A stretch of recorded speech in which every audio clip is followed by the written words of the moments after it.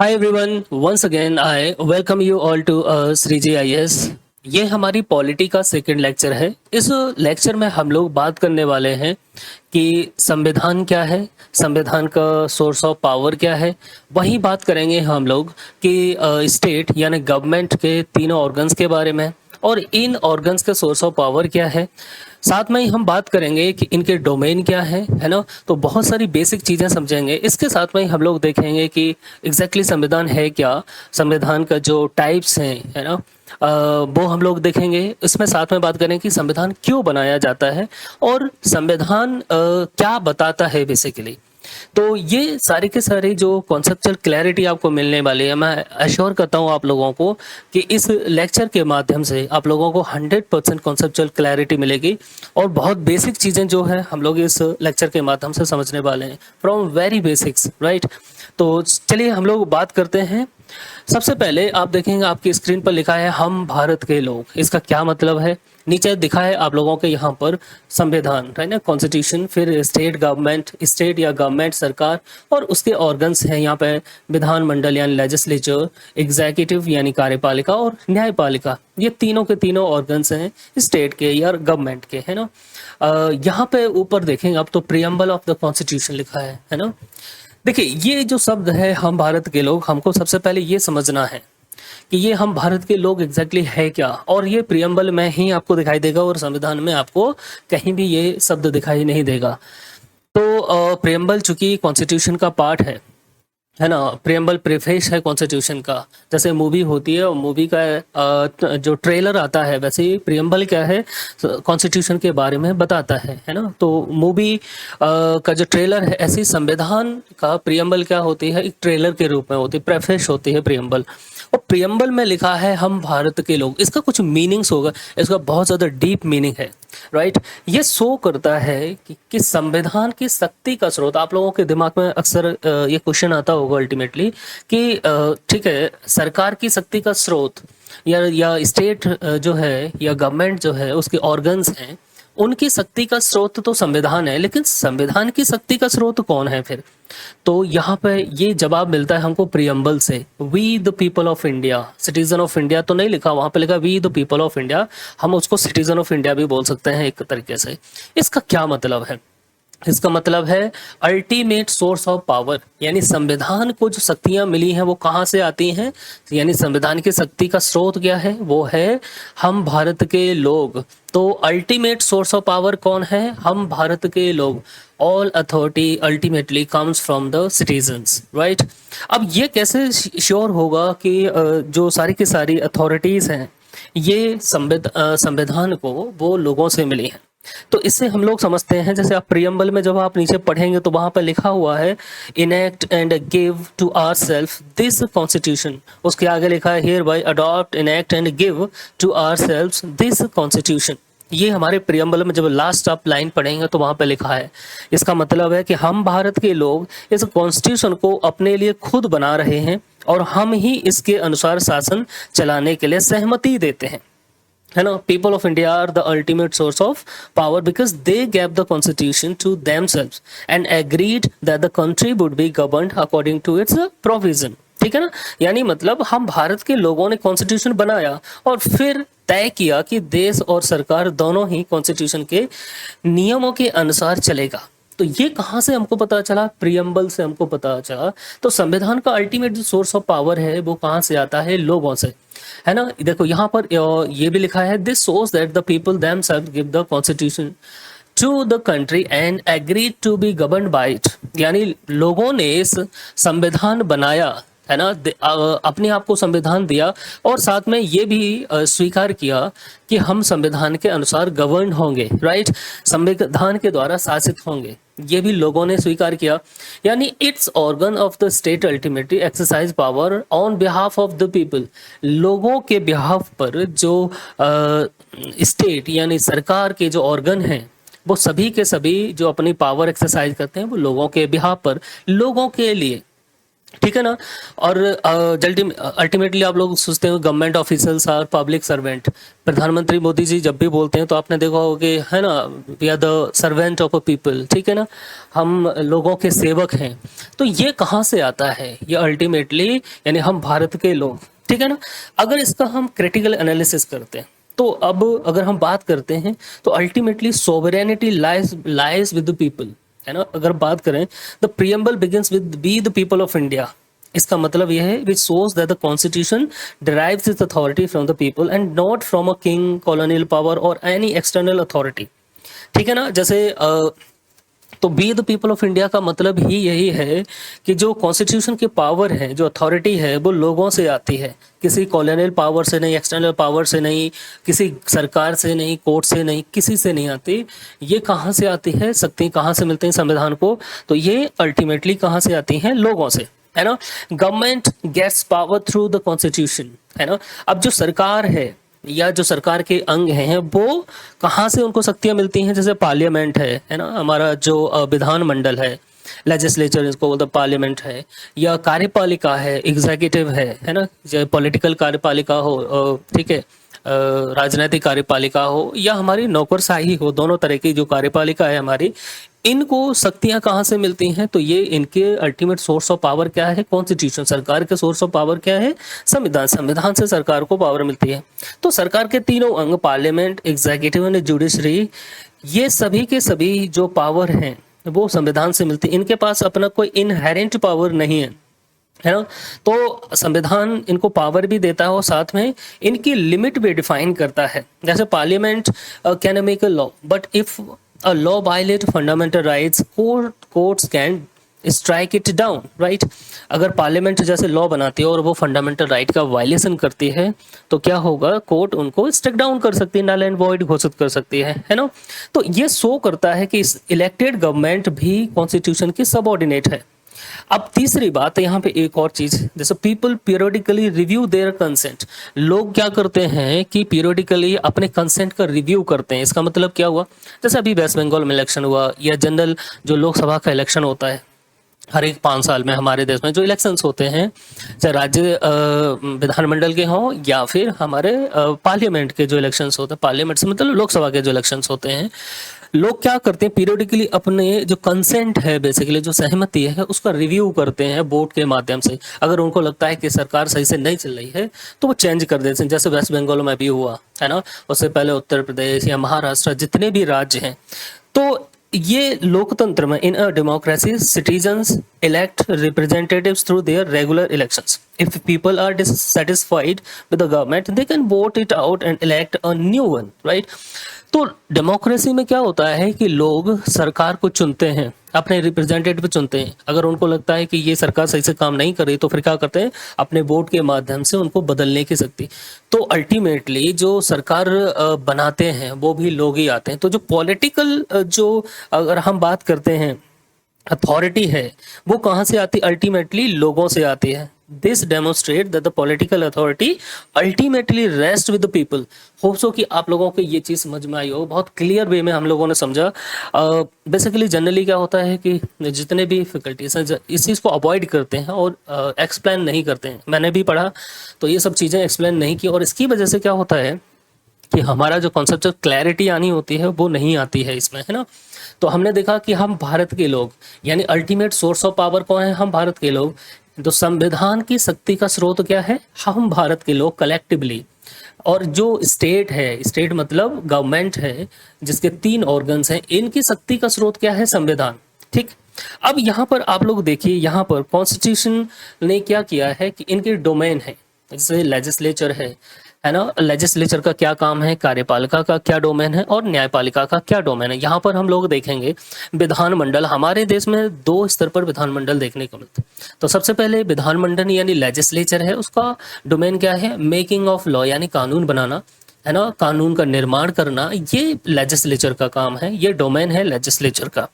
दूसरा यहाँ पे बात करते हैं एग्जीक्यूटिव यानी कार्यपालिका। अब कार्यपालिका 2 तरह की होती है, एक है नॉन परमानेंट, एक है परमानेंट। नॉन परमानेंट मतलब पॉलिटिकल, जिसको हम कैबिनेट बोलते हैं, है ना, काउंसिल ऑफ मिनिस्टर बोलते हैं, मंत्रिमंडल बोलते हैं, नौकरशाही बेसिकली यहाँ पे। ये परमानेंट, परमानेंट क्यों है कि एक बार सिलेक्शन होने के बाद लगभग 60 to 62 ईयर्स तक हम सरकार में रहते हैं, हमारे हाथ में पावर रहता है। ये नॉन परमानेंट यानी जो पॉलिटिकल कार्यपालिका है, एग्जीक्यूटिव है, वो क्या है कि ये हर एक 5 साल में जनरली बदलती रहती है, इसीलिए हम बोलते हैं नॉन परमानेंट, अस्थाई। और यह है स्थाई, मंत्रिमंडल, कैबिनेट, है ना। इनका काम क्या है, इनको संविधान ने काम दिया है एनफोर्समेंट ऑफ लॉ, कानून का पालन करना, कानून को लागू करवाना, है ना, एग्जीक्यूशन ऑफ लॉ या एनफोर्समेंट ऑफ लॉ। ये काम क्या है, किसका है, कार्यपालिका का, ठीक है ना। न्यायपालिका का क्या है, एजुडिकेशन ऑफ लॉ या इंटरप्रिटेशन ऑफ लॉ। ये काम है किसका, न्यायपालिका का। तो अल्टीमेटली देखिए, जो 3 ऑर्गन्स हैं स्टेट के, है ना, लेजिस्लेचर, एग्जीक्यूटिव और जुडिशरी, इन तीनों का सेपरेशन ऑफ पावर किया गया है। संविधान ने तीनों को पावर दी है यहाँ पर। अब यही कॉन्स्टिट्यूशन बताता है who will exercise power, power कौन एक्सरसाइज करेगा, what power they will have, उनके पास कौन से पावर होंगे, क्या पावर्स होंगे, and what limits will apply to those powers, यानी उन पावर्स पर क्या बेसिकली लिमिट्स लगे होंगे, है ना, संविधान के द्वारा। And how does powers should be used, और उन पावर का उपयोग कैसे किया जाएगा, ये सारा का सारा हमारा संविधान बताता है। सरकार अल्टीमेट सुप्रीम पावर नहीं हो सकती है, और सरकार ने कहीं ना कहीं संविधान ने उस पर जो कहते हैं अंकुश लगा रखा है, राइट। तो therefore all government powers originate from the constitution. जो गवर्नमेंट पावर्स हैं वो कहाँ से आते हैं, सबके सब संविधान से। जैसे पार्लियामेंट एग्जाम्पल के रूप में, parliament makes law for the country, parliament पूरे देश के लिए, एंटायर कंट्री के लिए लॉ बनाती है ना। और इट में लॉ मेकिंग पावर्स कहाँ से आती है इसकी, ये जो कानून बनाने की जो शक्ति है वो कहाँ से आती है, संविधान से, है ना। तो the constitution creates parliament, the constitution specify the subjects on which parliament can make a law, ठीक है ना। तो संविधान ने क्या किया है कि पार्लियामेंट का निर्माण किया, और साथ में ही कौन कौन से सब्जेक्ट पर पार्लियामेंट लॉ बना सकती है ये भी साथ में वही बताया है पार्लियामेंट ने। तो जैसे यूनियन लिस्ट आप देखने को मिलेगी, स्टेट लिस्ट देखने को मिलेगी, कंकरेंट लिस्ट देखने को मिलती, ये सारी की सारी हमारे संविधान में है।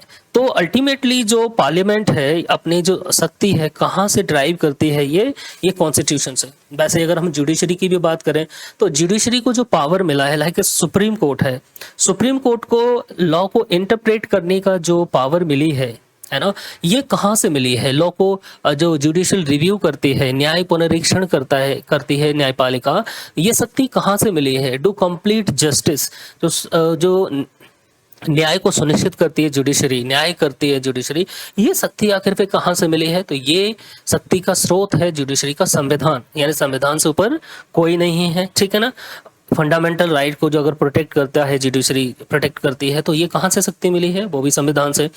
किसी भी लॉ को अगर उसको जुडिशरी को लगता है, जब वो इंटरप्रेट करती है लॉ को, जैसे उसका रिव्यू करती है, अगर उसको लगता है कि संविधान के प्रोविजंस का वायलेशन करते हैं, तो वो क्या करेगा, उसको अनकॉन्स्टिट्यूशनल डिक्लेयर करती है जुडिशरी, राइट। तो ये सारी की सारी शक्तियाँ जो जुडिशरी को मिलती हैं, या जुडिशरी जो शक्तियाँ ड्राइव करती है, वो कहाँ से ड्राइव करती है, वो संविधान से। इवन हमारे देश का जो प्रेसिडेंट हैं वो भी ये कॉन्स्टिट्यूशन से ही शक्तियाँ बेसिकली अर्जित करते हैं, या वहाँ से ड्राइव करते हैं पावर। होप सो कि ये चीज़ें आप लोगों को क्लियर हुई होंगी। तो हमने यहाँ पर देखा, हम भारत के लोग अल्टीमेट सोर्स ऑफ पावर, यहाँ पे इसका भी हमने समझा कि कैसे हम भारत के लोग अल्टीमेट सोर्स ऑफ पावर कैसे हैं, क्योंकि हम ही सरकार को इलेक्ट करते हैं, है ना। तो जो पॉलिटिकल सोवरेनिटी है वो लोगों में निहित करती है। हमने ही संविधान को बनाया, हमने ही संविधान को अडॉप्ट किया, और हमने ही स्वीकार भी किया कि हम संविधान के द्वारा गवर्न होंगे, राइट। जो गवर्नमेंट ऑफिशियल्स हैं उनको हम पब्लिक सर्वेंट क्यों कहते हैं, क्योंकि वो जन सेवक हैं, है ना, जनता के सेवक हैं। प्रधानमंत्री बोलते हैं अपने आप को, जन सेवक बोलते हैं, है ना, लोगों का सेवक बोलते हैं। तो इसीलिए क्योंकि वो जानते हैं कि लोग अल्टीमेट सोर्स ऑफ पावर हैं, है ना। सरकार जो अपनी शक्तियों का बेसिकली एक्सरसाइज करती है वो लोगों के बिहाफ पर करती है ना। लोग इलेक्ट करके पहुंचाते हैं अपने रिप्रेजेंटेटिव्स, तो उनके बिहाफ पर ये सरकार क्या करती है, अपने शक्तियों का उपयोग करती है। अब देखिए यहाँ पर हम लोग देखेंगे विधानमंडल हमारे यहाँ पर दो स्तर पर देखने को मिलता है भारत में, यूनियन लेजिस्लेचर और एक है स्टेट लेजिस्लेचर, है ना। केंद्र विधानमंडल है और राज्य का विधानमंडल। केंद्र विधानमंडल जिसको हम पार्लियामेंट बोलते हैं, ये कैसा है, बाई कैमरल है, द्विसदनीय, लोकसभा और राज्यसभा। लोकसभा को हम क्या बोलते हैं, लोअर हाउस भी बोलते हैं, जनता का सदन बोलते हैं, हाउस ऑफ पीपल बोलते हैं, और राज्यों का सदन या काउंसिल ऑफ स्टेट राज्यसभा को बोलते हैं या अपर हाउस बोलते हैं।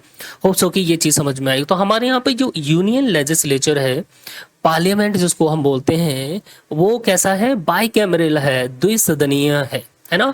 ये एंटायर इंडिया के लिए, पूरे देश के लिए लॉ बनाने का काम करती है हमारी पार्लियामेंट, ठीक है ना। यहाँ पर एमपीस रहते हैं जो कि एक तो डायरेक्ट इलेक्टेड रहते हैं लोगों के द्वारा, इनडायरेक्टेड इलेक्टेड रिप्रेजेंटेटिव्स राज्यसभा, वो हम लोग अभी बाद में बात करेंगे। बात करते हैं स्टेट लेजिस्लेचर की। स्टेट लेजिस्लेचर की बात करें, राज्य विधानमंडल। राज्य विधानमंडल देखिए बाई कैमरल भी हो सकता है और यूनी कैमरल भी हो सकता है। हमारे देश में कुछ राज्यों में जो स्टेट लेजिस्लेचर है वो कैसी है, बाई कैमरल है, कुछ राज्यों में यूनी कैमरल है। जैसे मध्य प्रदेश में एक सदनीय बेसिकली लेजिस्लेचर है ना। स्टेट लेजिस्लेचर कैसा है, एक सदनीय। राज्य विधानमंडल कैसा है, एक सदनीय, है ना, जिसको हम लेजिस्लेटिव असेंबली बोलते हैं, विधानसभा बोलते हैं। दूसरा कई राज्यों में जैसे महाराष्ट्र है, उत्तर प्रदेश में, वहां पर क्या है, बाई कैमरल लेजिस्लेचर दिखाई देता है राज्यों के स्तर पर। विधान परिषद इसको देखिए, तो यहाँ पर विधानसभा लेजिस्लेटिव असेंबली जहाँ पर मुख्यमंत्री बैठे हैं जैसे योगी आदित्यनाथ हैं, तो ये विधानसभा में जो एमएलए हैं वो लेजिस्लेटिव असेंबली में, और लेजिस्लेटिव काउंसिल में जो एमएलसी रहते हैं, मेंबर ऑफ लेजिस्लेटिव काउंसिल जिनको बोलते हैं, तो ये द्विसदनी, जैसे यहाँ पर केंद्र में पार्लियामेंट है वैसे ही यहाँ पर राज्यों में भी। तो ये नेसेसरी नहीं है कि सभी राज्यों में बाई कैमरल लेजिस्लेचर मिलेगा, यहाँ पर यूनी कैमरल लेजिस्लेचर भी दिखाई देते हैं राज्यों। ये पूरे राज्य के लिए लॉ बनाते हैं। तो हमने यहाँ पर समझा कि जो लॉ मेकिंग पावर है लेजिस्लेचर का, ये अल्टीमेटली कहाँ से मिला, संविधान से। और यहाँ पर हमने दो स्तर पर ये देखने को मिलता है, लॉ मेकिंग जो पावर है, कानून बनाने की जो शक्तियां हैं, एक तो यूनियन लेजिस्लेचर के पास है और दूसरा स्टेट लेजिस्लेचर के पास में है, राइट। होप सो कि ये चीज आप लोगों को यहाँ पर क्लियर हुई होगी। तो इस बॉडी को हम बोलते हैं body which makes a law, यानी विधान मंडल या लेजिस्लेचर। अब यहाँ पर हम बात करते हैं एग्जीक्यूटिव यानी कार्यपालिका की बात करते हैं। इसका काम क्या है, इसका डोमेन क्या है, एनफोर्समेंट ऑफ लॉ, कानून का पालन करना, कानून का पालन कराना, है ना। एग्जीक्यूशन ऑफ लॉ, ये काम है। अब ये दो प्रकार के, नॉन परमानेंट और परमानेंट, यहाँ पे हमने बात की थी। जैसे कैबिनेट है या काउंसिल ऑफ मिनिस्टर है, तो इनको हम बोलते हैं मंत्रिमंडल, ठीक, या ब्यूरोक्रेसी। ये दो दो स्तर पर दिखाई, जैसे आप जब आप लोग सिविल सर्विसेज सिलेक्ट होंगे तो आप उस स्थायी कार्यपालिका के सदस्य बनेंगे, परमानेंट एग्जीक्यूटिव के आप हिस्सा होंगे उस समय, है ना। ये थोड़ा सा यहाँ पर हेड ऑन हो गया है, तो ये गलत थोड़ा सा। देखिए यहाँ पर अब तीसरा जो हमारा अंग है सरकार का या स्टेट का, वो है जुडिशरी, है ना। जुडिशरी हमारे यहाँ पर इंटीग्रेटेड जुडिशरी आप लोगों को दिखाई देती है ना। इंटीग्रेटेड से मतलब ये है कि सर्वोच्च जो है सबसे टॉपर है सुप्रीम कोर्ट, फिर हाई कोर्ट, फिर लोअर कोर्ट, ऐसा दिखाई देता है हमारे देश में। India has one single judicial system for the entire country. हमारे देश में जो है एक सिंगल जुडिशियल सिस्टम है। अन्य देशों की अपेक्षा अगर हम बात करें जैसे कि यूएसए में, तो यूएसए में स्टेट के लिए अलग कोर्ट्स हैं, फेडरल के लिए अलग कोर्ट्स हैं, है ना। तो हमारे यहाँ पर यूनिफाइड कोर्ट सिस्टम है, बट अगर हम बात करें अदर जैसे कंट्रीज में, है ना, तो वहाँ पे सेपरेट कोर्ट्स दिखाई देते हैं।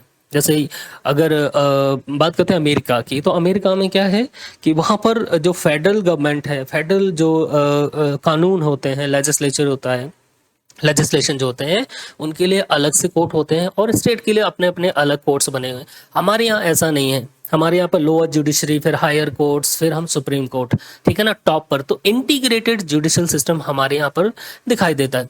तो होप सो कि ये चीज़ आप लोगों को यहाँ पर क्लियर हुई होगी, है ना। चलिए हम आगे बढ़ते हैं, इसमें आगे देखते हैं। अब बात करते हैं कि कॉन्स्टिट्यूशन की, राइट।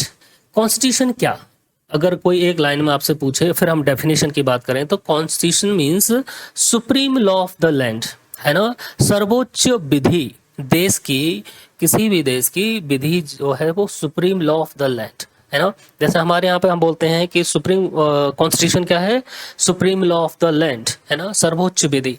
इसका मतलब ये हुआ कि no other law above it, इसके ऊपर कोई भी लॉ नहीं है, सभी लॉ या सभी लॉ जितने भी हैं, जितने भी कानून हैं, वो इसके सबऑर्डिनेट हैं। इसका मतलब ये हुआ, राइट।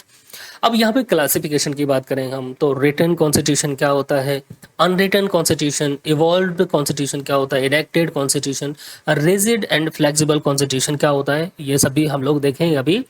अब बात करते हैं यहाँ पर कि वाई कॉन्स्टिट्यूशन फॉर्म्ड, संविधान का निर्माण क्यों किया जाता है अल्टीमेटली, है ना। ये क्वेश्चन तो बनता है कि ये भाई संविधान का आखिर पे संविधान बनाने की जरूरत ही क्यों पड़ी, है ना, बिना संविधान के देश नहीं चल सकता क्या। तो देखिए, जितने भी देश हैं विश्व में, चाहे वो नॉर्थ कोरिया हो, चाहे हमारा पड़ोसी पाकिस्तान हो, संविधान सभी में मिलेगा।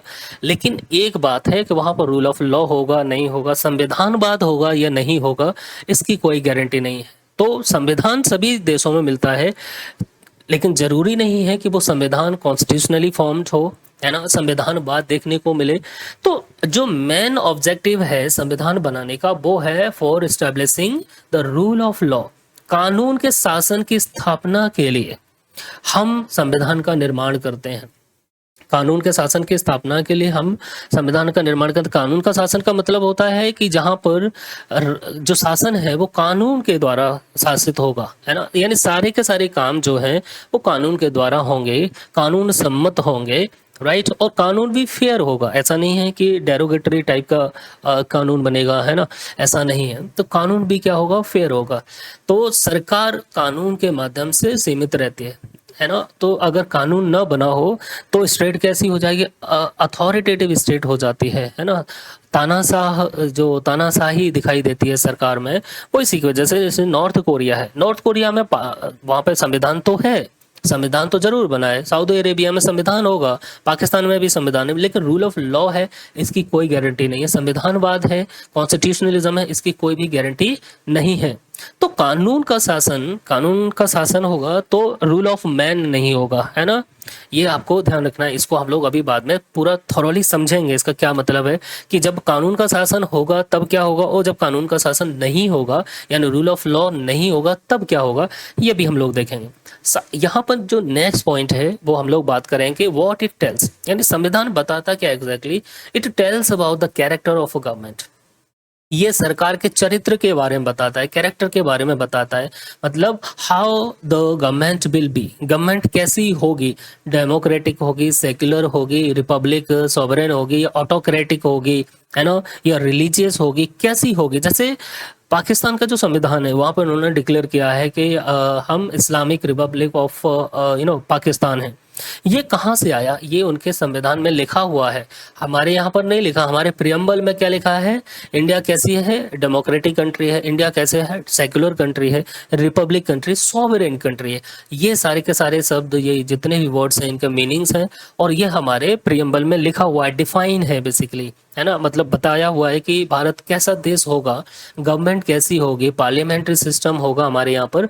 ये सारा का सारा जो है वो कहाँ से आता है, संविधान से आता है, राइट। अब देखिए यहाँ पर मैंने डेफिनेशन लिखी है आप लोगों को, जो कॉन्क्रीट डेफिनेशन है संविधान की। आई एम डैम श्योर कि इस बेस्ट डेफिनेशन नहीं मिलेगी आप लोगों को, जनरली जो लोग हैं लबो लुआब करते रहते हैं, बट एक कॉन्क्रीट डेफिनेशन की आपको जरूरत पड़ती है सिविल सर्विसेज में, राइट। यहाँ पे लिखा है constitution is the fundamental and organic law of the nation. ये शब्द है, ध्यान रखना है, हम एक एक शब्द को यहाँ पे डिफाइन करेंगे आगे चल के। Fundamental and organic law of the nation that establishes the conception, character and organization of the government, जो कि इस्टेब्लिश करता है कॉन्सेप्शन सरकार का, character and organisation of the government, ठीक है ना। ये सारे के सारे हम शब्द आगे चलकर डिफाइन करने वाले हैं। As well as it determines the extent of power of the government and the manner these power are to be exercised. साथ ही ये डिटरमाइन करता है कि सरकार के जो एक्सटेंट ऑफ पावर है कहाँ तक होगी, सरकार के पावर पर कोई लिमिट होगी या नहीं होगी, सरकार अपने पावर को कहाँ तक यूज कर सकती है ना। और वो जो पावर जो दिया गया है सरकार को, वो किस हद तक उनका एक्सरसाइज कर सकती है। इसीलिए इस ये क्या कहते हैं, इसको हम बोलते हैं डेफिनेशन। तो constitution is the fundamental and organic law of the nation that establishes the conception, character and organization of the government, as well as it determines the extent of power of the government and the manner those power to be exercised। ये concrete definition है constitution की। ये बहुत छोटी है। Supreme law of the land, generally कोई पूछा तो ये तो कोई भी बच्चा भी बता देगा कि supreme law of the land, सर्वोच्च विधि, मतलब सर्वोच्च विधि का क्या मतलब है। ये एक एक शब्दों को हम लोग यहाँ पे आगे चलेंगे, डिफाइन करेंगे। जैसे मैंने यहाँ पे लिखा एग्जांपल में, how president rule be implemented, it is right और रॉन्ग, है ना। ये सारी चीज़ें हम लोग यहाँ पर देखें। तो होप्स हो कि ये चीज़ें भी आप लोगों को क्लियर हुई होंगी यहाँ पर, कि संविधान क्या, classification, why forms, what it tells and how government will be. ये सारी की सारी चीज़ें हमको कहाँ से देखने को मिलती हैं, संविधान से। अब देखिए एक एक शब्द को हम लोग यहाँ पर वर्ड को डिफाइन करते हैं, तो आपको जो कॉन्सेप्चुअल क्लैरिटी आएगी ना, वो 100% कॉन्सेप्चुअल क्लैरिटी के साथ हम लोग पॉलिटी को देखने वाले हैं। देखिए फंडामेंटल लॉ हम क्यों बोलते हैं, मीन्स इसका मतलब बेसिक लॉ, मदर लॉ या सुप्रीम लॉ, है ना। यानी कोई भी लॉ संविधान से ऊपर नहीं है, इसीलिए हम बोलते हैं फंडामेंटल लॉ। यानी why constitution is called fundamental law. संविधान क्यों फंडामेंटल लॉ कही जाती है, संविधान को फंडामेंटल लॉ क्यों कहा जाता है। यानी all laws comes from the constitution, जितनी भी लॉज हैं, है ना, वो कहाँ से आती हैं, संविधान से। No law can go against it, कोई भी लॉ इसके विरुद्ध नहीं जा सकते।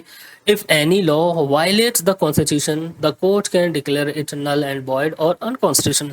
अगर कोई भी लॉ, कोई भी कानून संविधान के प्रावधानों का उल्लंघन करती है, संविधान का उल्लंघन करती है, तो उसे नल एंड वॉइड घोषित किया जा सकता है कोर्ट के द्वारा।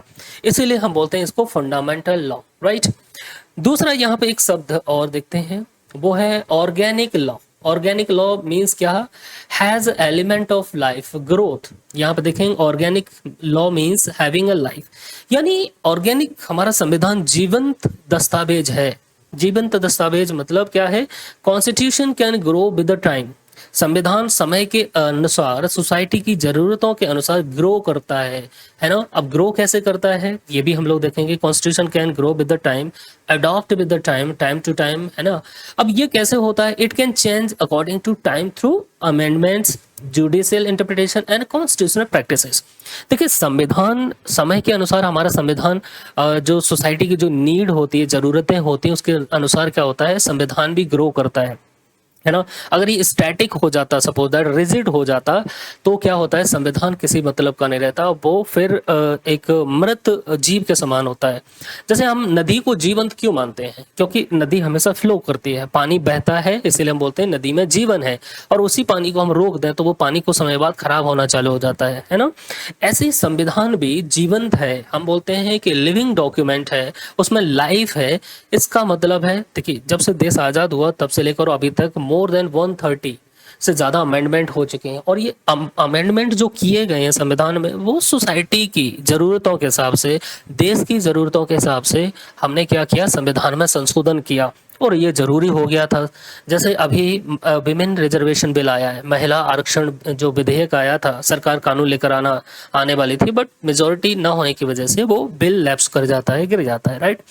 अब 50 साल पहले अगर देखें हम, जब देश आज़ाद हुआ तो उस समय क्यों हमने नई महिलाओं को रिजर्वेशन दिया, उस समय हमारे पास इतने संसाधन नहीं थे, और उस समय हो सकता है कि ज़रूरत भी नहीं हो महसूस हुई, ऐसा भी हो सकता है। तो संसाधन की कमी की वजह से, लैक ऑफ रिसोर्सेज, है ना, और सोसाइटी के जो डेवलपमेंट है वो उतना नहीं था, ऐसा भी हो सकता है। कई चीज़ें रहती हैं, पैट्रियार्कल एक रीजन हो सकता है। बट अब हमको ज़रूरत पड़ी कि भाई अब महिलाओं को 1/3 रिजर्वेशन देना पड़ेगा, तो पॉलिटिकल अपलिफ्टमेंट महिलाओं को होगा। विमेन एम्पावरमेंट की हम बात करते हैं, महिला सशक्तिकरण की बात करते हैं, तो वो कैसे हो पाएगा कि अब महिलाओं की भागीदारिता, पॉलिटिकल जो भागीदारिता है, राजनीतिक भागीदारिता है, पॉलिटिकल रिप्रेजेंटेशन है, उसको बढ़ाने की आवश्यकता है। तो ये कैसे होगा? संविधान में संशोधन करके। जीएसटी हम लेकर आए, तो हम संविधान में संशोधन किया कि भाई अब जरूरत है हमें जीएसटी की, पूरा देश में एक टैक्स सिस्टम होना चाहिए, है ना।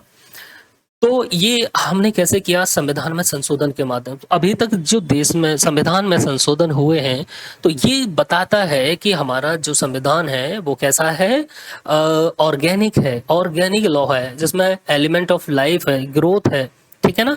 होप्सो कि ये चीज़ें आप लोगों को क्लियर हुई होंगी। जैसे जुडिशियल इंटरप्रिटेशन के माध्यम से भी हम संविधान को जीवंत रखते हैं। जैसे अभी कुछ समय पहले फंडामेंटल राइट, एक जैसे right to clean environment, right to hygiene, ये फंडामेंटल राइट डिक्लेयर किया गया था किसके द्वारा? सुप्रीम कोर्ट के द्वारा। कहा कि नहीं, अब क्लीन एनवायरनमेंट भी, राइट टू क्लीन एनवायरनमेंट एक फंडामेंटल राइट है, स्वच्छ पर्यावरण का जो अधिकार है फंडामेंटल राइट है अंडर आर्टिकल 21, ठीक है ना। वहीं बोला कि राइट टू हाइजीन, ये एक फंडामेंटल राइट है। तो ये धीरे धीरे धीरे जुडिशियल इंटरप्रिटेशन के माध्यम से हमने क्या किया? संविधान का धीरे धीरे जो है वो मतलब बोलते हैं ना कि समय जो बदला है संविधान हमारा, वो जुडिशियल इंटरप्रिटेशन के माध्यम, जैसे जीएसटी सिस्टम आया हमारा। तो so constitution grows with the society, है ना। तो constitution is not static, it is a dynamic. तो होप्स हो कि आप लोगों को ये दोनों चीज़ें क्लियर हुई होंगी। यहाँ पे बहुत ज़्यादा कॉन्सेप्चुअल क्लैरिटी की ज़रूरत पड़ती है हमको, इसलिए ध्यान रखना है। तो हम बोलते हैं constitution is a fundamental and organic law of the nation. तो यहाँ पे आपको ऑर्गेनिक का मीन समझ में आया होगा, यहाँ पे आपको फंडामेंटल लॉ का मीन्स समझ में आया होगा। अब हम बात करते हैं नेक्स्ट जो है कॉन्सेप्शन की बात करते हैं, कैरेक्टर की बात करते हैं और ऑर्गेनाइजेशन की बात करते हैं। कॉन्सेप्शन का मतलब idea, vision, understanding, developing, blueprint. सरकार का ब्लूप्रिंट कैसा होगा, यानी the constitution tells that how to form, ये कंसीव द गवर्नमेंट। ये संविधान ही तो बताता है कि सरकार कैसे बनेगी, कैसे सरकार का फॉर्म होगी, कैसे सरकार कंसीव होगी। Government should be elected by people, है ना। तो सरकार लोगों के वोट के माध्यम से सरकार का चयन होगा। किसे कौन सरकार बनाएगा, ये संविधान हमको बताता है ना। Power should not remain with one, एक व्यक्ति में पावर कंसंट्रेशन नहीं होगा। जैसे कि नॉर्थ कोरिया में है, तो नॉर्थ कोरिया का जो शासक है उसी में पावर की शक्ति निहित है। हमारे यहाँ पे ऐसा नहीं है, हमारे हर 5 साल में सरकारें बदलती हैं। अगर लोगों को लगता है कि ये काम अच्छे से नहीं कर रहे हैं उनके वेलफेयर के लिए, तो लोग क्या करते हैं, सरकार बदल देते हैं, और ये वोट के माध्यम से ऐसा। तो ये कहाँ से पता चलता है? कॉन्स्टिट्यूशन से, यानी means constitution tells that how to form या कंसीव द गवर्नमेंट। तो कॉन्सेप्शन का मतलब यहाँ पर ये है, राइट।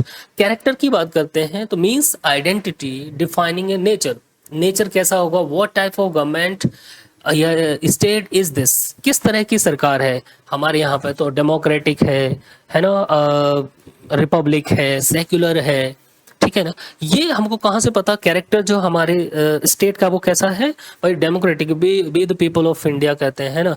हमारे यहाँ पे जो देश, we are a democratic nation, we are a secular nation. ये हमको कहाँ से पता चलता है स्टेट का? वो संविधान हमको बताता है। प्रियम्बल में लिखा हुआ है कि देश कैसा होगा, सेक्युलर होगा, डेमोक्रेटिक होगा, सॉवरेन होगा, रिपब्लिक होगा। तो कैरेक्टर का मीन्स आप लोगों को होप्स हो कि ये चीज़ क्लियर हुई होगी यहाँ पर। ऑर्गेनाइजेशन का मतलब है arrangement, structure, system of functioning, यानी जो सरकार का सिस्टम ऑफ फंक्शनिंग है वो कैसा होगा। यानी हमने यहाँ पर जैसे suppose that India opted for parliamentary form of government, हमने पार्लियामेंट्री फॉर्म ऑफ गवर्नमेंट को अपनाया।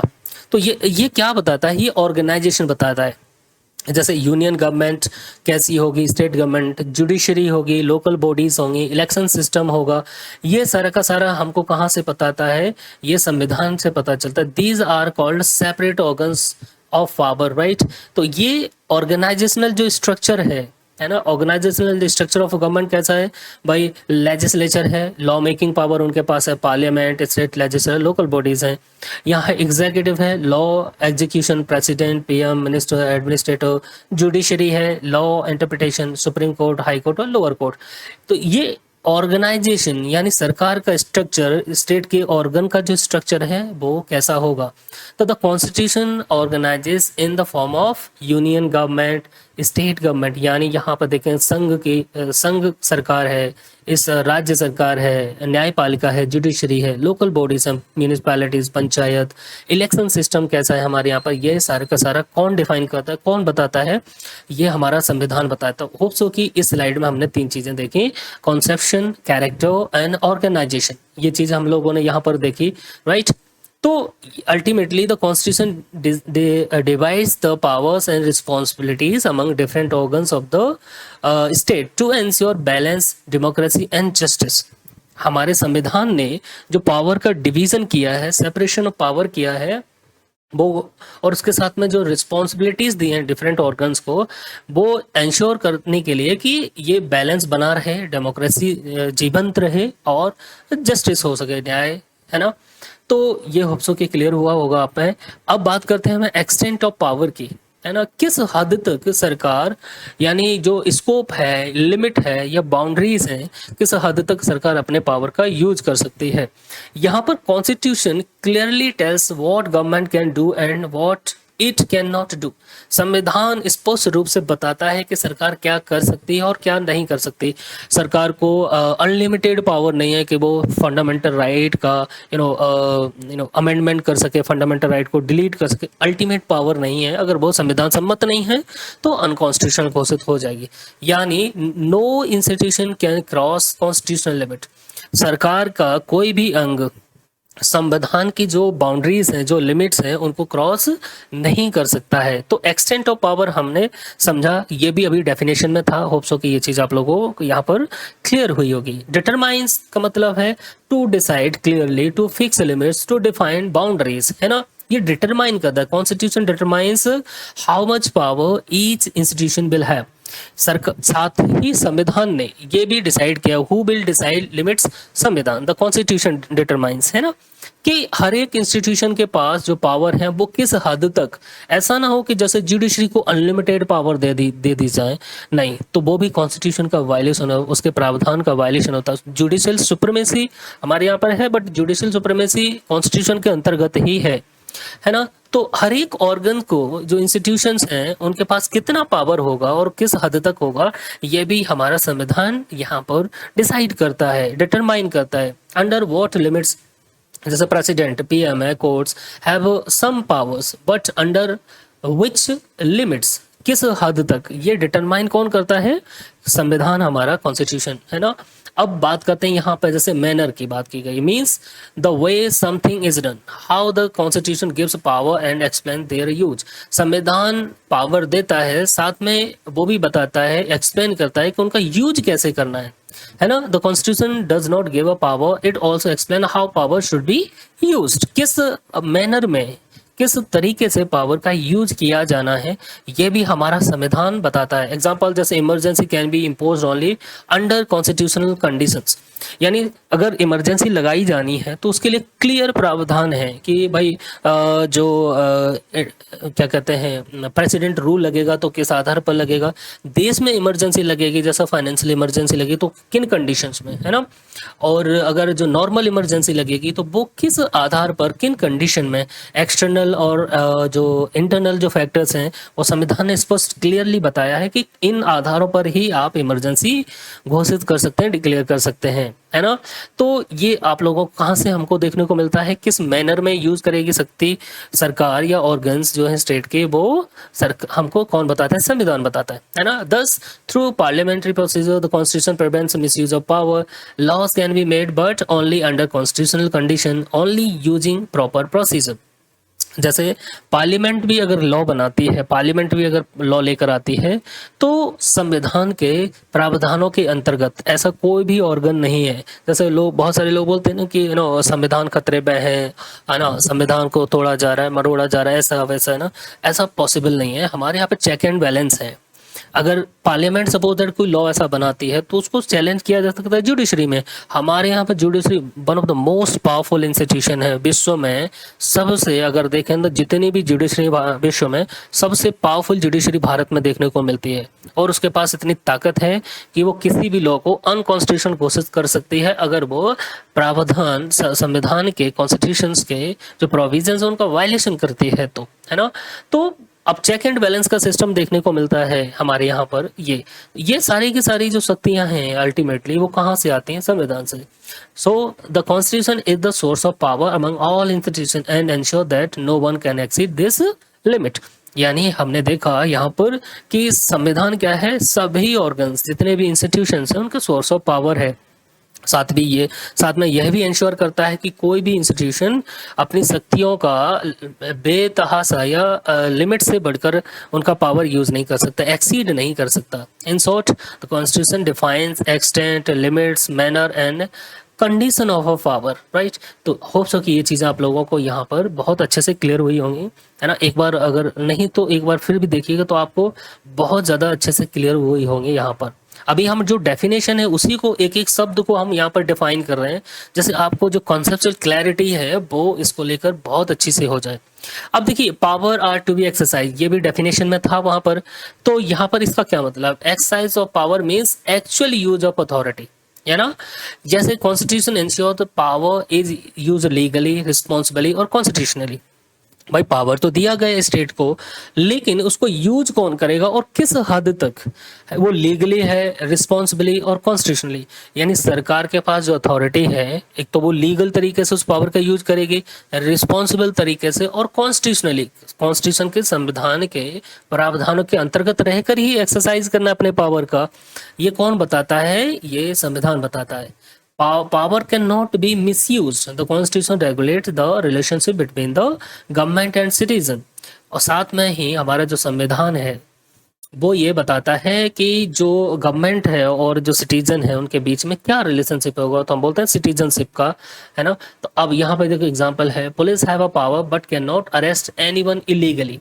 यानी पुलिस के पावर अरेस्ट करने का अधिकार तो है, संविधान ने ये दिया है, संविधान सम्मत है, बट ऐसा नहीं कि इलीगल तरीके से कोई भी इंस्टीट्यूशन या पुलिस है किसी व्यक्ति को इलीगल तरीके से अरेस्ट कर सके, है ना। तो साथ में लिमिट भी दी गई है, जब तक वो लॉ का वायलेशन नहीं करता कोई भी व्यक्ति, तब तक उसको अरेस्ट नहीं किया जा सकता, है ना। तो इन शॉर्ट अगर हम बात करें तो constitution is the supreme law of the land, constitution is the rule book of the country. Constitution क्या है?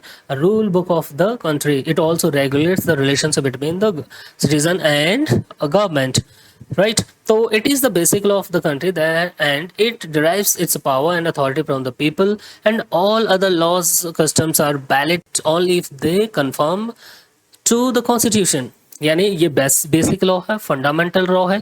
इसकी जो अल्टीमेट जो पावर, सोर्स ऑफ पावर है वो लोग हैं, है ना। और जितनी भी लॉज हैं, जो कस्टम्स हैं, वो तब तक ही वैलिड हैं जब तक संविधान के प्रावधानों के अनुसार वो हैं। संविधान के प्रावधानों को अगर वायलेट करेंगे तो फिर प्रॉब्लम होगी। अब हम बात करते हैं यहाँ पे क्लासिफिकेशन की, कि रिटन कॉन्स्टिट्यूशन क्या है, अनरिटन कॉन्स्टिट्यूशन क्या है। ये सारी की सारी चीज़ें हम लोग बात करने वाले हैं। अब देखिए यहाँ पर ये जो स्लाइड है इसमें हम लोग देखेंगे, बहुत अच्छे से इसको ध्यान से हम लोगों को देखना है। आपने देखा होगा कि रिटन कॉन्स्टिट्यूशन क्या है, अनरिटन कॉन्स्टिट्यूशन क्या है। बहुत सारे लोगों के दिमाग में ये मिसकंसेप्शन रहता है। अनरिटन कॉन्स्टिट्यूशन का मतलब है कि वो लिखा ही नहीं जाता है, ऐसा बिल्कुल भी नहीं है। लिखा जाता है, but most of the parts are unwritten and non codified. यहाँ पे दो शब्द आपको ध्यान देखना है। ज्यादातर संविधान के पार्ट क्या है? अनरिटन होते हैं और नॉन कॉडिफाइड होते हैं। नॉन कॉडिफाइड का मतलब क्या है कि एक ही बुक में, जैसे आपने देखा होगा लॉयर्स जो होते हैं, लॉयर्स की डिफरेंट आपको फाइल्स दिखाई देती हैं, है ना। तो हमारा जो संविधान आपने देखा एक पूरे एक बुक में है, एक हमने कॉडिफाइड किया है एक बुक में। जैसे आप लोग जो ना कॉपीज वगैरह को कंपाइल्ड करते हैं ना एक उसमें, राइट, वैसे ही हमारा संविधान कॉडिफाइड है ना। तो अनरिटन कॉन्स्टिट्यूशन का मतलब है कि most of the part constitution का जो है अनरिटन है और नॉन कॉडिफाइड है। अगर होगा अभी सपोज दैट जैसे 16वीं शताब्दी में, 17वीं शताब्दी में, 18वीं शताब्दी में, या 19वीं 20वीं जो फर्स्ट सेंचुरी है, 21st सेंचुरी, इसमें जो लॉज बने होंगे वो डिफरेंट फाइल में होंगे, एक फाइल में नहीं होते हैं। हमारे यहाँ क्या होता है, संविधान में संशोधन हो रहा है तो वो एड ऑन होता चला जाता है, कॉडिफाइड बोलते हैं, कॉडिफिकेशन देखने को मिलता है ना। It consist of political presidents, customs, traditions like a British constitution.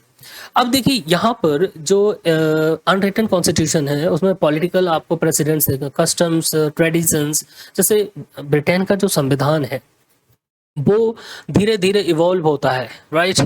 धीरे धीरे बना 16वीं शताब्दी, 18वीं, 19वीं, 20वीं, 21वीं शताब्दी, 21st सेंचुरी, है ना। तो ये पॉलिटिकल प्रेसिडेंट से जो है वहाँ के कस्टम से, ट्रेडिशन से ऐसा बनता है, और यहाँ पर अनरिटन कॉन्स्टिट्यूशन। तो आपको मेनली क्या याद रखना है कि अनरिटन कॉन्स्टिट्यूशन का मतलब है कि most of the part constitution का अनरिटन है एंड नॉन कॉडिफाइड है, ठीक।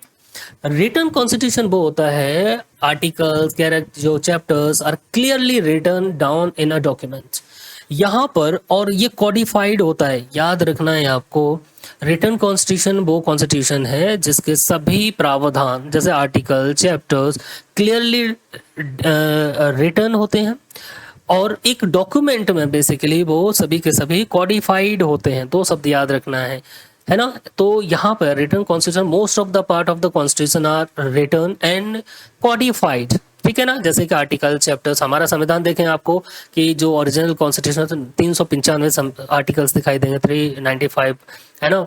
चैप्टर्स आपको दिखाई देंगे वहां पर, राइट। तो ये सब आप लोगों को दिखाई देगा क्लियरली, और एक डॉक्यूमेंट में दिखाई देगा, है ना। ये कॉडिफाइड होता है written constitution, instead of depending only on a tradition, customs और वर्बल प्रैक्टिसेस। हमारे यहाँ पर ये वर्बल प्रैक्टिसेस वगैरह नहीं है ना। तो रिटन कॉन्स्टिट्यूशन वो है जिसका most of the part of the constitution are written and codified in a single document, जैसे कि article, chapters, right. Hope so कि ये चीजें क्लियर हुई। अब बात करते हैं enacted constitution. Enacted constitution enacted constitution वो कॉन्स्टिट्यूशन होता है जिसको एक स्पेशल बॉडी ने, लाइक हमारे यहाँ पर कॉन्स्टिट्यूएंट असेंबली है, उसने बनाया हो एक पर्टिकुलर टाइम फ्रेम में। टाइम हमारे यहाँ पे जब संविधान बना तो उसको लगभग 2 साल 11 महीने 18 दिन लगे। यानी एक बॉडी हो, स्पेशल कोई बॉडी हो, और एक पर्टिकुलर टाइम फ्रेम में उसको बनाया गया हो, और एक स्पेशल डेट पर उसको एनफोर्स किया हुआ, सर्टेन डेट पर। जैसे 26 जनवरी 1950 को हमारा देश संविधान लागू हुआ। उससे पहले भी कुछ प्रावधान थे, लेकिन अल्टीमेटली हमारा जो संविधान है वो 26 जनवरी 1950 को एनफोर्स हुआ, ठीक है ना। तो इनेक्टेड कॉन्स्टिट्यूशन वो होता है जिसके लिए एक स्पेशल बॉडी ने बनाया हो, एक पर्टिकुलर टाइम फ्रेम में, है ना, और एक स्पेशल डेट को लागू किया गया हो, उसको बोलते हैं इनेक्टेड कॉन्स्टिट्यूशन। इवॉल्व कॉन्स्टिट्यूशन वो होता है, it is the result of historical development. यानी इवॉल्व धीरे धीरे इवॉल्व होता है। जैसे छोटा पेड़ है ना, तो पहले धीरे धीरे धीरे धीरे 5 से 7 साल, 10 साल कोई पेड़ है वो इवॉल्व होता है। ऐसे ही एक संविधान है जो इवॉल्व होता है धीरे धीरे, है ना। ये हिस्टोरिकल डेवलपमेंट का रिजल्ट है। Neither framed at a one particular time nor given by any specific body. इसे किसी एक पर्टिकुलर बॉडी ने नहीं बनाया है, ध्यान रखना है, और ना ही एक स्पेसिफिक टाइम फ्रेम में इसको बनाया गया है, डेवलप किया गया है, ना किसी एक स्पेसिफिक टाइम फ्रेम में इसको एनफोर्स किया गया है। जैसे ब्रिटेन का कॉन्स्टिट्यूशन बात करते हैं, ब्रिटिश कॉन्स्टिट्यूशन, ठीक है ना। ये यहाँ पर थोड़ा सा हो गया। अब ब्रिटेन का जो कॉन्स्टिट्यूशन वो कैसे इवॉल्व होता है, वो 16वीं शताब्दी में, फिर 17वीं शताब्दी, 18वीं शताब्दी, 19वीं शताब्दी, और आज 21st सेंचुरी चल रही है ना। इसे किसी एक पर्टिकुलर बॉडी ने नहीं बनाया, एक पर्टिकुलर टाइम फ्रेम में नहीं बनाया, और ना ही एक पर्टिकुलर टाइम फ्रेम पर ये लागू हुआ। इसको बोलते हैं इवॉल्व्ड कॉन्स्टिट्यूशन। रिजिड कॉन्स्टिट्यूशन और फ्लेक्सिबल कॉन्स्टिट्यूशन वो होता है, रिजिड का मतलब amendment procedure is strict, special majority is required. यानी संविधान में जो अमेंडमेंट का जो प्रोसीजर है, जो प्रक्रिया है, संविधान में संशोधन की जो प्रक्रिया है वो बहुत ज्यादा कठिन है, स्ट्रिक्ट है ना। इसके लिए स्पेशल मेजॉरिटी की जरूरत पड़ती है। जैसे सपोज दैट हमारे संविधान में बहुत सारे ऐसे प्रावधान हैं, जैसे अभी महिला जो रिजर्वेशन बिल आया, उसके लिए सरकार को चाहिए थी 2/3 मेजोरिटी, टोटल वोट का 2/3 मेजोरिटी, यानी 362 के समथिंग सरकार को चाहिए था, 360 362 के समथिंग वोट चाहिए था, तब वो जाके बिल पास होता। सरकार के पास उतनी मेजोरिटी नहीं थी, इसलिए कोलैप्स कर गया। तो इसके लिए, इसीलिए हम बोलते हैं कि संविधान रिजिड है, यानी संविधान की जो अमेंडमेंट प्रोसेस है वो स्ट्रिक्ट होती है, उसके लिए स्पेशल मेजॉरिटी की रिक्वायर पड़ती है, इसीलिए बोलते हैं हम रिजिड कॉन्स्टिट्यूशन। और फ्लेक्सिबल कॉन्स्टिट्यूशन वो होता है कि अमेंडमेंट प्रोसीजर इजी होता है, सिंपल मेजॉरिटी से वो अमेंडमेंट किया जा सकता है। जैसे ब्रिटेन है, ब्रिटेन में क्या है, एक तो अनरिटन कॉन्स्टिट्यूशन है, दूसरा वहां पर सिंपल मेजॉरिटी से उसको पास कर दिया जाता है। Simple majority present and voting का 50% +1। हमारे यहाँ ऐसा नहीं है, हमारे यहाँ दोनों ही चीजें दिखाई देती है, रिजिडिटी और फ्लेक्सिबिलिटी। तो जो इंडियन कॉन्स्टिट्यूशन है आप लोग देखेंगे वो ब्लेंड ऑफ बोथ है, है ना। तो इंडियन कॉन्स्टिट्यूशन इज, यहाँ पे देखें ये नोट लिखा है, is return and enacted and blend of both flexibility and rigidity. तो भारतीय संविधान कैसा है? लिखित संविधान है, इनेक्टेड संविधान है। ये यहाँ पर दोनों का ब्लेंड दिखाई देता है, फ्लेक्सिबिलिटी और रिजिडिटी, यानी संविधान में जो संशोधन है, संविधान के बहुत सारे ऐसे प्रावधान हैं, प्रोविजंस हैं, जैसे कि फंडामेंटल राइट है, डीपीएसपी है ना। अगर हमको शेड्यूल 7 में कुछ अमेंडमेंट्स करना है ना, तो वहाँ पर जो मेजॉरिटी चाहिए वो क्या चाहिए? स्पेशल मेजॉरिटी की ज़रूरत पड़ती है वहाँ पर। जैसे जजेस को रिमूव करना है उनके पद से, प्रेसिडेंट को इम्पीच करना है, तो इसके लिए क्या चाहिए? स्पेशल मेजॉरिटी चाहिए, 2/3 मेजॉरिटी चाहिए टोटल वोट का, प्रेसिडेंट को रिमूव करना है। तो इसीलिए हमारा संविधान के बहुत सारे ऐसे प्रावधान हैं जो रिजिड हैं। रिजिड मतलब वहाँ पे स्पेशल मेजॉरिटी की जरूरत पड़ेगी, सिंपल मेजॉरिटी से वो संविधान में संशोधन नहीं किया जा सकता। लेकिन कुछ प्रावधान ऐसे भी हैं जो सिंपल मेजॉरिटी से हो सकते हैं, है ना। जैसे स्टेट का आर्टिकल 2 और 3 के तहत स्टेट को क्रिएट करना है, नई स्टेट बनाना है, तो वो सिंपल मेजॉरिटी से हो जाता है। तो बहुत सारे संविधान में जो प्रावधान है वो सिंपल मेजॉरिटी से हो जाते हैं। तो यहाँ पे हमने देखा रिजिडिटी क्या है, जैसे यूएसए का कॉन्स्टिट्यूशन है। तो यूएसए के कॉन्स्टिट्यूशन जब से बना है अभी तक लगभग 30 के समथिंग ही उसमें संविधान संशोधन हुए हैं, जबकि हमारे देश को आज़ाद हुए 76 साल हो गए और हमने लगभग 130-32 के समथिंग संविधान में संशोधन कर दिए। होप सो कि ये चीज़ समझ में आई होगी यहाँ पे आप लोगों को, है ना। तो all types of the same goal to organise the government, protect the rights of citizen and ensure proper functioning of the state हो, राइट। यहाँ पे हमने ये चीज़ समझी कि रिटर्न कॉन्स्टिट्यूशन क्या होता है, अनरिटर्न कॉन्स्टिट्यूशन क्या है, इनेक्टेड कॉन्स्टिट्यूशन क्या है, इवॉल्व्ड कॉन्स्टिट्यूशन क्या है, फ्लेक्सिबल एंड रिजिड कॉन्स्टिट्यूशन क्या है। ये आप लोगों को यहाँ पर क्लियरली समझ में आया होगा, होप सो कि, राइट। अब यहाँ पर और हम लोग देखेंगे टाइप्स ऑफ कॉन्स्टिट्यूशन। ये हमने यहाँ पर ऑलरेडी बात किया है कि most of the part of the constitution are return and non codified, इसमें लिखा हुआ है, आप ये भी देख सकते हैं, है ना। यहाँ पे है ना, यहाँ पर जो अनरिटर्न कॉन्स्टिट्यूशन है ये रिटर्न कॉन्स्टिट्यूशन है। जैसे यहाँ पर और अच्छे से समझाया है मैंने कि the constitution is enacted by special body at a particular time, है ना। बीइंग, ये थोड़ा सा आप लोगों को एक बार देख लीजिए, होप सो कि ये चीज़ आप लोगों को क्लियर हुई होंगी। तो जो अभी हमने यहाँ पर क्या क्या देखा कि संविधान बेसिकली सोर्स ऑफ पावर संविधान का क्या है, हम भारत के लोग, है ना। और स्टेट का जो सोर्स ऑफ पावर है वो संविधान, स्टेट के सोर्स ऑफ पावर जितने ऑर्गन्स हैं उनके सोर्स ऑफ पावर क्या है, कॉन्स्टिट्यूशन है। साथ में ही हमने देखा कि कॉन्स्टिट्यूशन क्या है, उसका डेफिनेशन देखी, और डेफिनेशन में वहाँ पे हमने देखा कि फंडामेंटल लॉ जिसको बोलते हैं या ऑर्गेनिक लॉ क्यों कहा जाता है, ठीक। ये सारे के सारे हमने कॉन्सेप्ट बहुत अच्छे से क्लियरली यहाँ पे समझे। इसमें हमने देखा कि रिटन कॉन्स्टिट्यूशन क्या टाइप्स या जो क्लासिफिकेशन है वो हमने यहाँ पर समझा बहुत अच्छे तरीके से। अब जो हमारा जो नेक्स्ट वीडियो होगा उसमें हम लोग बात करने वाले हैं कि कॉन्स्टिट्यूशन क्यों फ्रेम किया जाता है। बाद साथ में ही इसके देखेंगे यहाँ पे संविधानवाद और कॉन्स्टिट्यूशन, यानी कॉन्स्टिट्यूशनलिज्म एंड कॉन्स्टिट्यूशन, इसको देखेंगे। साथ में एक और बात करेंगे कि संविधानवाद जो कॉन्स्टिट्यूशनलिज्म है हमारे यहाँ पे, या फेडरल जो स्ट्रक्चर है, फेडरलिज्म है, उसके टाइप देखेंगे। बहुत सारी चीज़ें हम आगे के जो लेक्चर है उसमें हम क्लियरली समझेंगे। होप सो कि ये लेक्चर आप लोगों को पसंद आया होगा, और अगर पसंद आए तो आप जरूर लाइक एंड शेयर जरूर करिएगा, जैसे मुझे भी थोड़ा सा मोटिवेशन मिलता है, राइट। तो चलिए हम लोग नेक्स्ट लेक्चर में मिलते हैं नेक्स्ट टॉपिक के साथ में। Thank you for watching. जय हिंद, जय भारत।